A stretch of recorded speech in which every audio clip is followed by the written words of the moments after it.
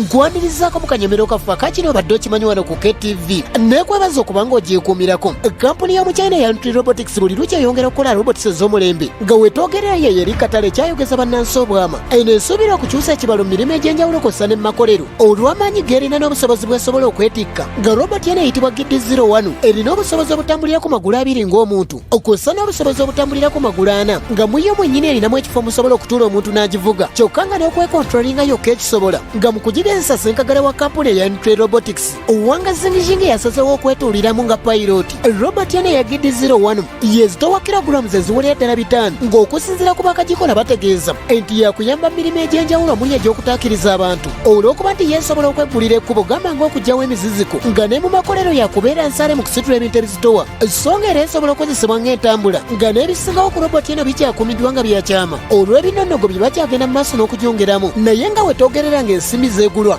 gy'emitwalo 65 egya dola za Amerika ng'ensimbi ezigula robot eno ezigula emmotoka yaffe eya Rolls-Royce Kurana 225 okuba ensimbi ezigula robot eno bw'ezizza mu za Uganda zeziwera ddala obuwumbi 241. Omulabi wa KTV olwaleero ajja kwezikiriza nkwerekereze wano asigadde Professor Branch Rangwa KTV amalindirire.